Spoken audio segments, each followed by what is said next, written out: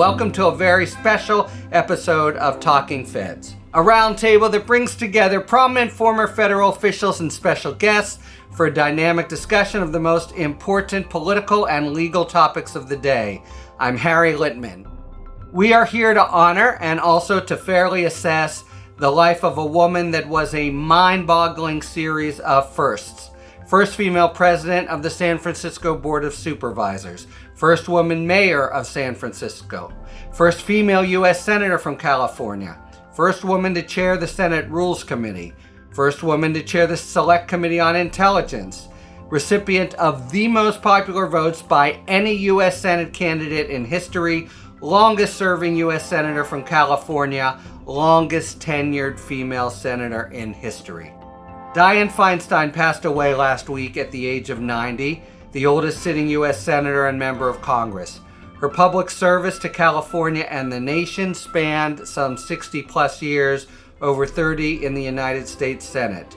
To try in far little time to take stock of her monumental achievements as well as the challenges and stress points of her political life, I'm really thrilled to welcome three public servants from California who worked very closely with Senator Feinstein and knew her well, both as a public figure and as a person. Beginning with Senator Barbara Boxer.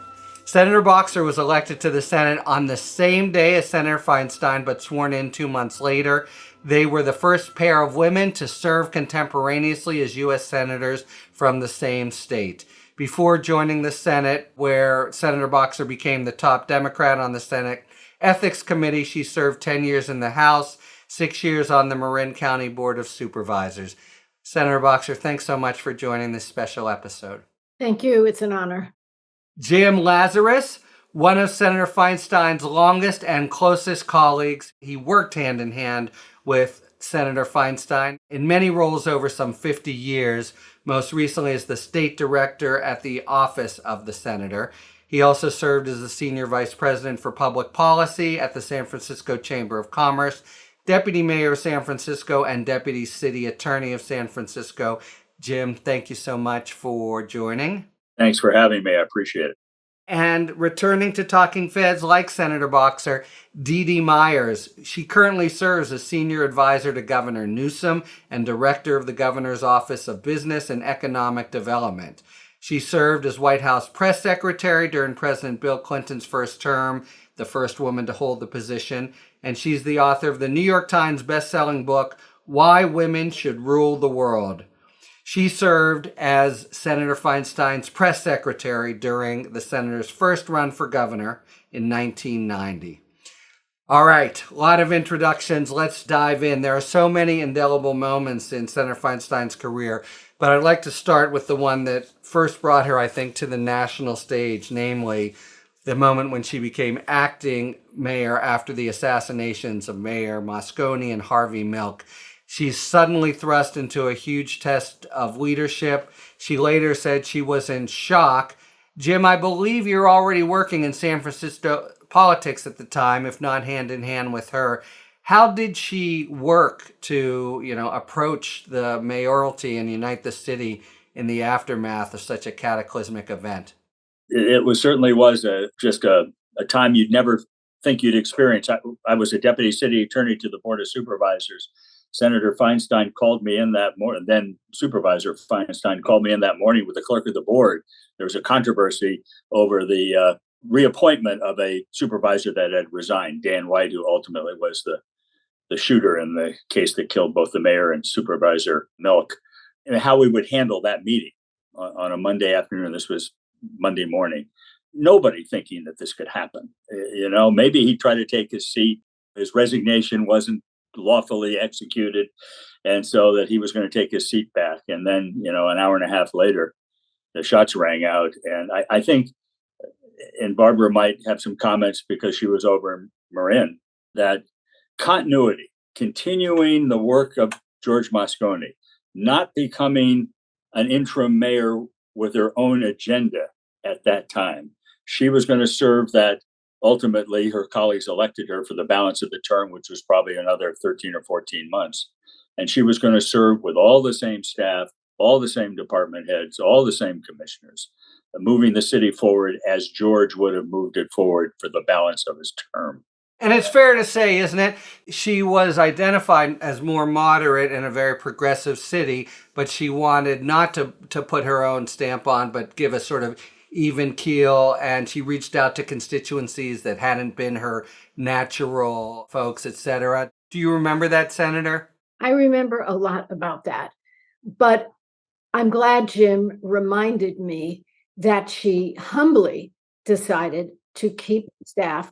What I want to say about that time, and this is really truth, and I think DeeDee would agree as a woman in politics, Dianne proved that a woman could step forward in the harshest of circumstances, in the most difficult times, and pull a city together, and even just get us past the worst moments. I myself, having been in Marin, I never ran for office in San Francisco till years later when I did run for a House seat there.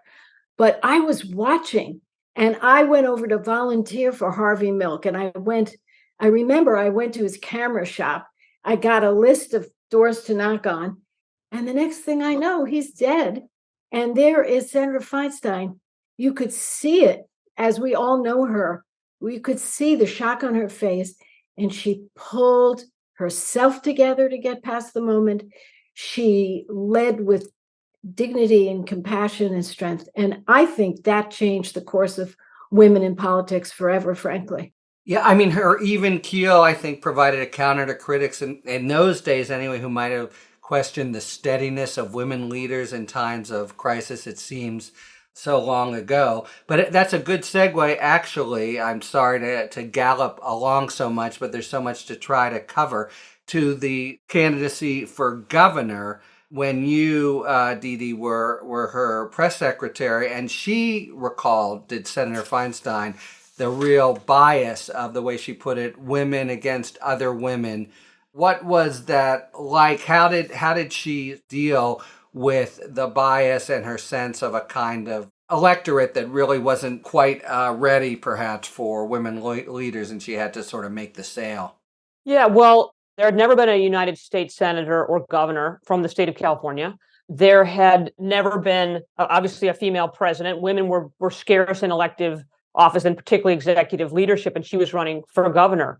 And so I think there were a lot of questions. But to Senator Boxer's point, John Van de Kamp, the then Attorney General of California, and very popular figure and lovely human being, was running and was assumed to be the odds-on favorite to be the Democratic nominee, in part because he was more popular with the Democratic Party base. Dianne, as noted, could sometimes go her own way, and he was a man, and he was a law enforcement figure. And so everyone expected Dianne to lose in the Democratic primary.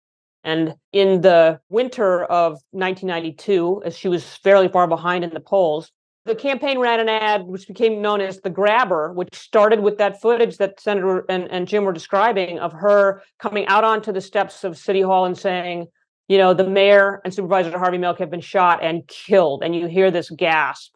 And then you see her. Obviously, it's an incredibly disturbing moment, and she doesn't hide the fact that this is an incredibly disturbing moment, and yet she goes on in a very reassuring voice to take control. And then the ad went through the next steps. That was a turning point. The change in the dynamics of that election based on that one poll, because one, it was a terrific ad, but that really got your attention, but it established her leadership in the deepest crisis. And I think but for that, hard to know whether she would have been able to overcome that problem that women face as being able to handle, or used to face. I think we've put a lot of, not all of it, but we put a lot of that to bed. Can women handle a crisis? She didn't just say it, she showed it. She didn't just talk about what had happened. We saw her in that moment, and it was so powerful, and nothing was ever the same in that race. And she went on to win the Democratic nomination, but then lost the race to then Senator Pete Wilson, right? And I think a lot of it had to do with there was some, kind of dark clouds on the economic horizon, and we weren't sure we could trust a woman to manage the economy in times of trouble. California being, at least now, the fifth largest economy in the world. All right, well, that was, I think, one of her few and her last loss in politics. Was how did it shake her up personally? Did it, give her pause about moving forward? Well, she was frustrated by it, and frustrated by, I think, both the opportunity, but also some mistakes that she thought she might have made in the campaign. But what happened was the day after she lost, when the recriminations and second guessing might have begun, Senator Alan Cranston announced that he would not seek another term. And so instead of becoming the defeated Democratic candidate for governor, she became the front runner for the United States Senate in 24 hours. And so that changed everything. And so there was never really, and whatever Dianne wrestled with privately, and she did, there was never the kind of public recriminations that you sometimes see after a losing campaign. And one that, was relatively close, I think 3.5 points. All right. So now we fast forward just a couple years to, at that time, a kind of, amazing, exuberant event, the election of not one, but two women to the Senate of California. First time ever. So, Senator Boxer, what was that like in a body sort of notorious for its men's clubs traditions and Hari practices? You guys sort of both show up from the West Coast. What was it like for you together? Did you feel like, outsiders? How did you react to increase your influence as a pair? What were those days like? They were incredible days, but I think it's important to note that we were not close political allies. And when Alan Cranston's seat came open, I said I was going to run for it, and she was going to run for it. And then the Pete Wilson seat came up for special election, and I think our people talked. We never discussed it, but it was decided. Oh, is that right? So during the campaign, you didn't confer a lot? Oh, during the campaign, we were joined at the hip. I'm talking about just before it turned out that there were these two seats. I was going to run as a congresswoman. And when I ran, we were not in the same side of the arena in the Democratic Party. Most people don't know that. She supported Louise Rennie when I ran for the House. I supported Van de Kamp. I mean, now we are thrown together. She's running for the Seymour seat. I'm running for Cranston. And guess what? We became so close. And I want to say, it really tears me up. I am telling you the truth. I'm not being humble. Without Anita Hill doing what she did, which opened up everyone's eyes to the Senate that had 2 women out of 100. And if it wasn't for Dianne saying to me, I'm grabbing your hand and we're not letting go, I never would have made it. Those 2 women brought me to the dance. And I'll just spend one more minute on it. Dianne, as you heard from DeeDee and Jim, so popular, even though, yes, she lost that race. That was a product, I think, of pure out and out prejudice. People just weren't ready, quote unquote. For a woman executive to lead a whole state. They weren't ready for a woman governor. There still hasn't been 31 years later. But the bottom line here is that when we were thrust by fate into this situation, she grabbed my hand and she could have said to me, Barbara, you're going to have a hard race. I was an asterisk. I wasn't expected to win the primary, let alone the general was very hard. She was just out there. She was so popular.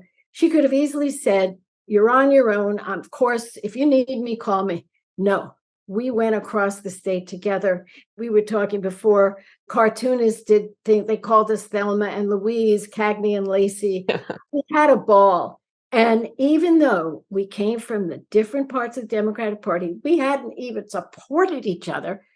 We became lifelong buddies and pals. And we, even with our differences in the Senate, it never turned ugly between us. We worked it out. And she once invited me, she says, let's go out to dinner and have a glass of wine. Well, I don't drink, but I tried to have a little wine.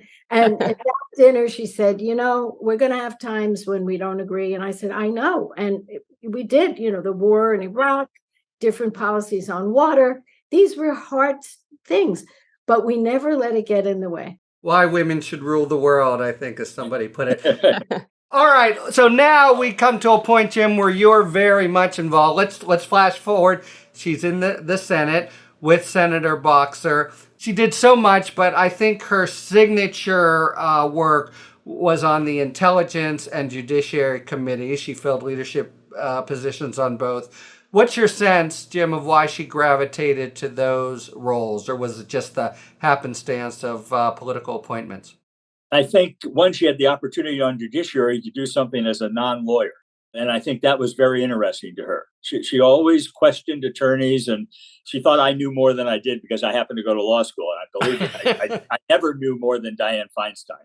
And I think the security side, the national security, remember Mayor Feinstein, she'd go to crime scene. She'd have the suits to get out of the back of the car at a 4-alarm fire. I mean, city security was important, and obviously national security was right there. And I don't know what DeeDee's thoughts are, but it's just natural for her to be interested in those things that are so critically important to the country on the international scene. Let's stick with judicial nominations if we could for a minute, because it also dovetails, I think, with some of the gender issues that we had been discussing, and perhaps a role thrust on her as a senior woman on Judiciary, because it's fair to say she experienced the turmoil of judicial nominations on both sides. Biden, chair of Judiciary, appointed her in the wake of the whole Anita Hill, Clarence Thomas mess. But she, toward the end of her career, came under some fire for her handling of the sexual assault allegations against to-be Justice Kavanaugh. What's your sense, and anyone's, including you, Senator, you were with her daily, of how she viewed her role on the Judiciary Committee and how we should view her sort of legacy in that position? Obviously, it was the most critical function, especially nationally at the Supreme Court, but then at California levels with the number of judges that both Senator Boxer and Senator Feinstein had to recommend to a variety of presidents over the years. So it's one of the most important functions that any senator from California can do because of the mere size of that circuit. I wasn't directly involved with that issue, with the information about Kavanaugh's background and how it became available to Senator Feinstein and what she felt she could do with that information given to her in confidence. Maybe that's for history to decide, and would have had made ultimately a huge difference if it had been handled in a different way by Senator Feinstein. I don't know. I know Barbara may have some thoughts about that. Well, my only thing I could say is she always tried to be fair to all sides. And I think everyone knew the story and they chose to vote the way they voted. I feel she did what she thought was fair and let all the information come out. And that's how I feel about it. But I well remember when we were together and we both discussed how important the judicial nominations were. And she said to me, well, do you want to do them all together and just have one committee? I said, no.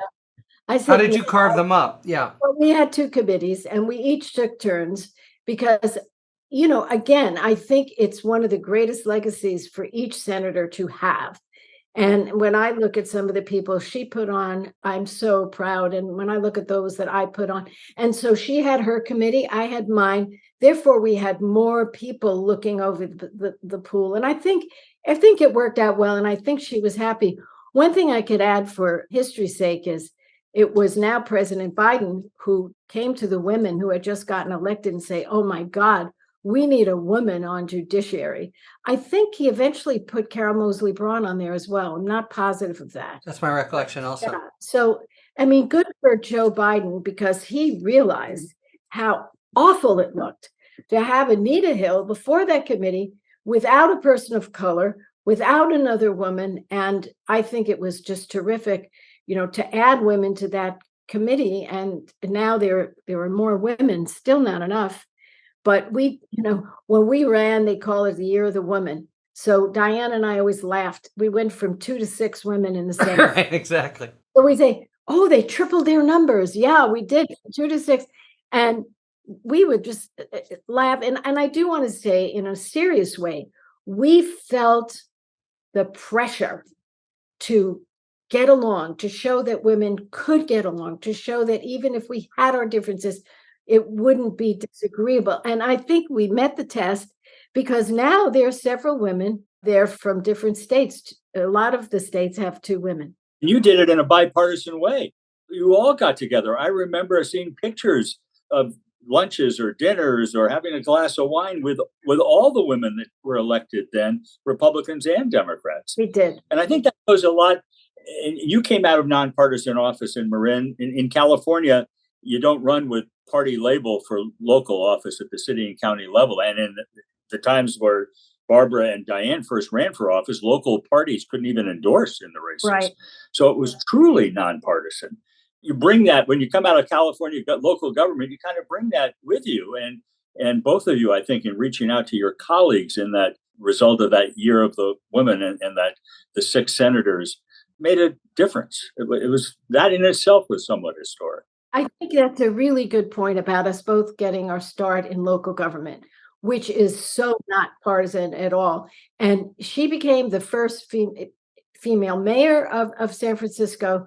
Was she also chair of the board? She was the first woman to chair the board. And I was the first woman to chair the board in Marin. So, we did get our start. And then, of course... Right, the fault lines are just different from national politics, right? You learn to... But I want to add this. It was good training because when we got to the Senate, we knew you don't get anything done without 60 votes. You better learn. And when Joe Biden said to Dianne, and I was standing next to her, he said, Dianne, you want to get this assault weapons ban through, you need 60 votes. And don't talk to me until you've locked them up, because I don't want to bring down the whole crime bill. And she looked at her supporters that she had lined up. I was among them. And she said, you heard it, let's go. Well, let's stick with that for 1 second, because that's also, I think, her really big signature issue in her career. But to get it done, to get those 60, she needed to agree to a sunset on the assault weapons ban. And it sunsetted. And during those 10 years, actually, the industry really stepped up its manufacture of certain guns like AR-15s. I wonder what it was like for her at later after the law was no longer in effect, to sort of see the terrible rampage of assault shootings and what she thought should or could be done in the changed political climate. Well, I'll jump in, and then I'm sure she talked to Jim about it. Jim, she loved you so much. What a lot of people don't know, and Jim knows this very much, she saw, of course, the horror of what guns can do. And she lost 2 colleagues. And I don't even want to spend a lot of time talking about it because I can't even do it justice. And then we were elected in 92. In 1993 comes a mass shooting, 101 California Street. Jim, do you remember that? I do. And I even remember the name of the perpetrator. I'm not going to say his name. And this man walks into a law office, Harry. He plows down everyone he could find. One of those people that died, who had thrown himself over his wife's body, was my son's best friend from law school. Oh, my God. Yes. And so now here are the 2 of us. She saw this. I've got this. And she said, enough is enough. We have to ban these weapons. I said, sign me up. And so it was sort of almost not the beginning of the mass shootings, but yeah, it was early. And so I will make this quick. After she was successful, but after, you're right, she had to concede to give it up in 10 years. And all of this happened. It was like she was like born every day to get it done again. And she never gave up trying. And I've said on the record, so I'm going to say it on your show, I think there ought to be a bill. I've already talked to one of my Senate colleagues, my former Senate colleagues, the Dianne Feinstein assault weapons ban. Come on, people. Let's get this done. Who needs weapons of war in the streets? I mean, frustration. And it was introduced and reintroduced and reintroduced. She never let the issue go away. But the environment nowadays, as we all know, the bill would never see the floor, because everything has a cloture vote today compared to, 1993, 94. And we've gone beyond the issues of assault weapons, too. A few years ago, Senator wanted to be taken to meet some of the captain and officers at Northern Station near her house because they had raised the issue with us of ghost guns. And she really didn't understand. I'm not sure I do either. How you get 3D printer and you buy this metal thing that's unregulated and the metal core comes to your house and then you have a 3D printer and you can make a gun. And then you can buy a barrel adapter from South Korea that'll hold 50 rounds. And she wanted to regulate that. I mean, this has been, as you said, Barbara, a focus of her life from the time she was mayor, trying to create local control over, weapons, mass destruction of weapons down to pistols. She's seen the damage, not only in the assassinations, but the damage on the streets of our cities all over America.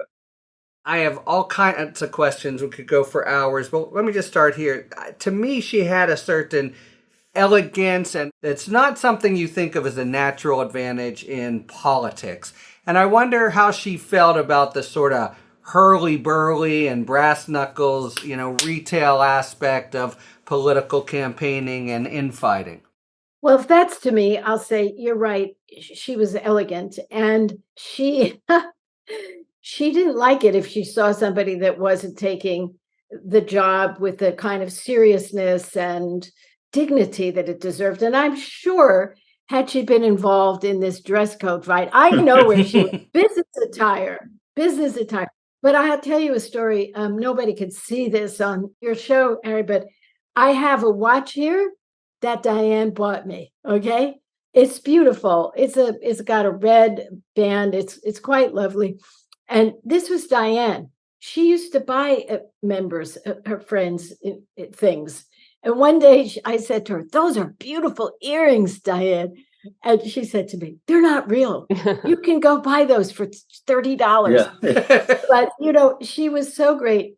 But, I have to say, to be honest here, is that, after she bought me this beautiful watch, I started thinking, oh my God, my old watch must be really awful, because she saw it and she said, that poor girl, she needs something new. Like your older sister saying, yeah. Right, but she'd do this with all the women. She'd give them scarf.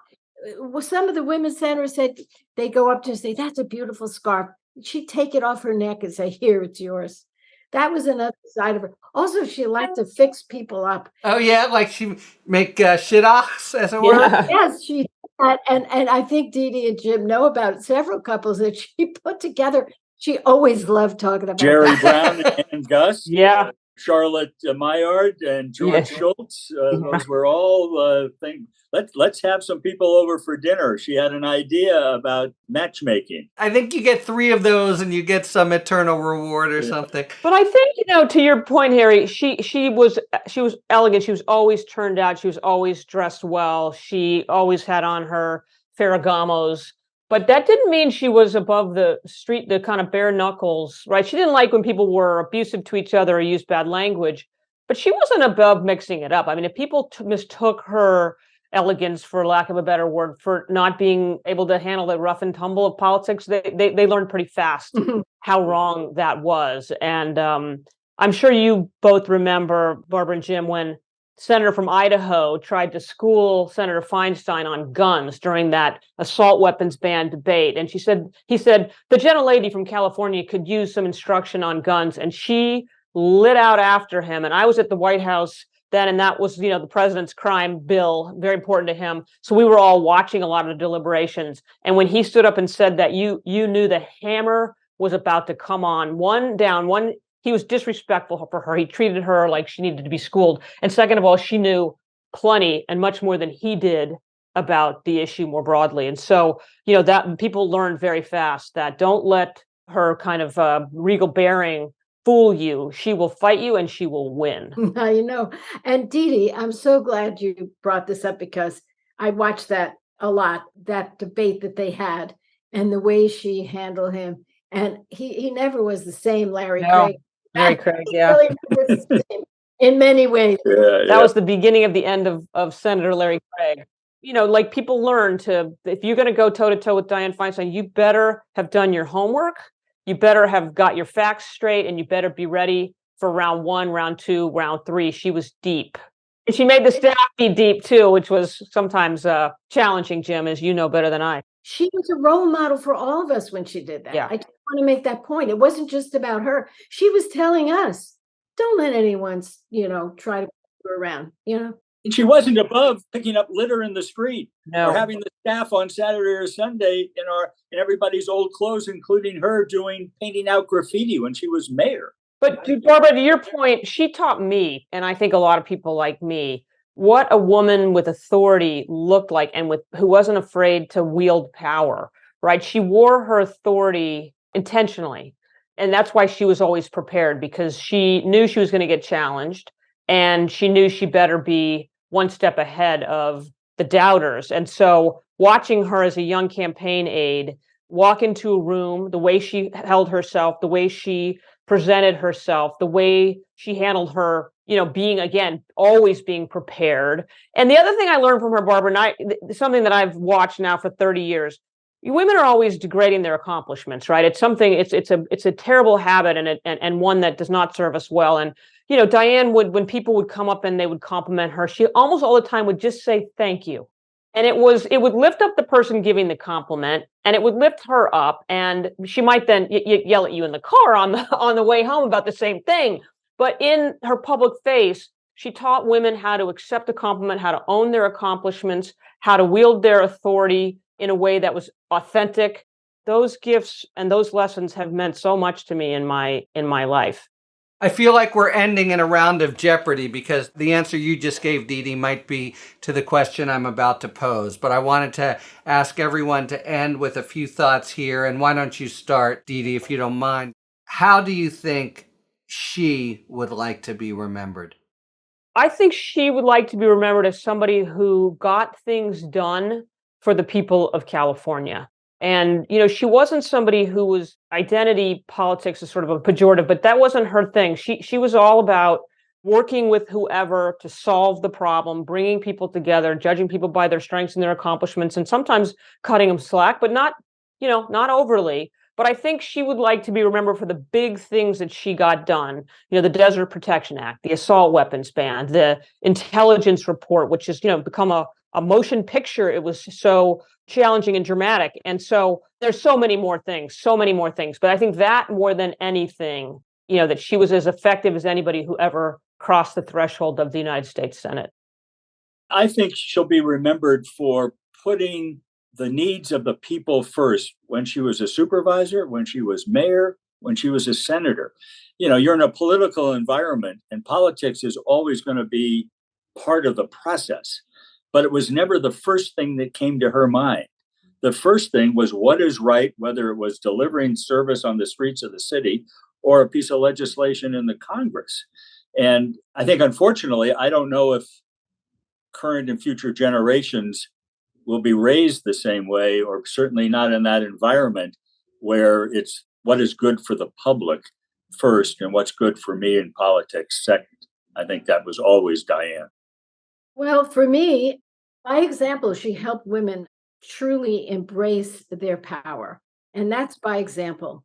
Time after time, she showed how you do it and to not be afraid to do it. And secondly, she really taught us, I think, all members of Congress and people who choose this work, which she said was a calling. Focus on what you want to get done and never give up. And to her last breath, she made that vote to keep the government open. And to her last breath, she was fighting for the assault weapons ban. So she's quite a legacy. It's twofold. It's, her amazing role modeling for women and how much she got done and showed us how to get it done. I just think she was one of a kind. She did say her work was a calling. That's unusual, but she meant it. I'll say one last thing, which you could cut out of the show, but I think Jim would appreciate it. When I went to her and told her I wasn't going to run the last time, I had a grueling race in 2010 and pulled it off, and then got sworn in and decided not to run in 2016. She's the first person I went to after my family. And I said, I just want you to know I'm going to make this announcement. I'm not going to run. She said, what? She said, why would you walk away? You're at the top of your game. You're the chair of this committee and the chair of that committee. And you've got this done and so on and so on. And I said, well, I've looked at my life. I feel so blessed. 40 years in elected office, that's great. I want to go home to Stu and I want to do other things and I'm still going to work. She was mad. And she basically said to me when she decided to run that last time, and she called me for my support, I said, sign me up and I'll do whatever you want. She said, truly, Barbara, I know some people are saying, why am I doing this? it's a calling. And you think about that. You don't leave a calling. And that's honestly unusual. And that's how she viewed it. Barbara, obviously there were conversations over the last few years about, especially when her husband Dick was ill and ultimately, died a year and a half ago, and should she retire? And as you said, she saw it as a calling, because we were sitting in her living room talking about this, and she says, "What do you want me to do, Jim? Sit here the rest of my life in this chair looking out the window?" Yeah, whatever energy she had and whatever skill sets were remaining, she was going to put it to her calling, which was public service. Yep. And that seat representing Californians using, where it's a seniority system, and she could help a lot of California communities with that seniority, as you did with yours until 2016. Thank you. I think, she had a hard year, and I'm mad for one reason about something, and I'm going to say it. She could have lessened the weight on her shoulders if the Republicans had agreed to replace her on the Judiciary Committee. It would have given her more options, whether she stayed or she didn't stay. There was no way Dianne Feinstein was going to walk away. I don't care what her circumstance was. When she knew she was the vote that would either get judge nominations to the floor or not. And I have said to the Republicans on more than one occasion, on TV, on podcasts, or wherever I have the opportunity, you say you love her. You should have given her that peace of mind. So she could have had a little less of this burden.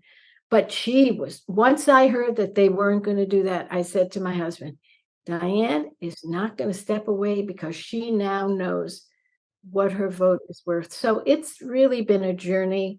She had a hard year, and I want her to rest in peace, knowing how much she's done for the people. Rest in peace, Dianne Feinstein. A calling.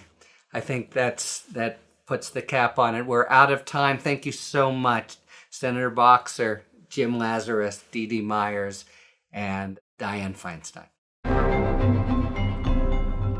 If you like what you've heard, please tell a friend to subscribe to us on Apple Podcasts or wherever they get their podcasts. And please take a minute to rate and review this podcast. You can also now subscribe to us on YouTube, where we're posting full episodes, talking books, and other bonus video content. You can follow us on Twitter at TalkingFedsPod, and you can look to see our latest offerings on Patreon, where we post bonus discussions with national experts about special topics exclusively for our supporters. Talking Feds is a completely independent production, so if you like the work we do and are inclined to support the show, joining our Patreon is the best way to do it. Submit your questions to questions@talkingfeds.com, whether they're for Talking 5 or general questions about the inner workings of the legal system for our sidebar segments. Thanks for tuning in, and don't worry, as long as you need answers, the feds will keep talking. Talking Feds is produced by Mal Meliez, associate produced by Catherine Devine, sound engineering by Matt McArdle. Our research producer is Zeke Reed. Rosie Don Griffin and David Lieberman are our contributing writers. Production assistants by Meredith McCabe, Akshaj Turbailu, and Emma Maynard.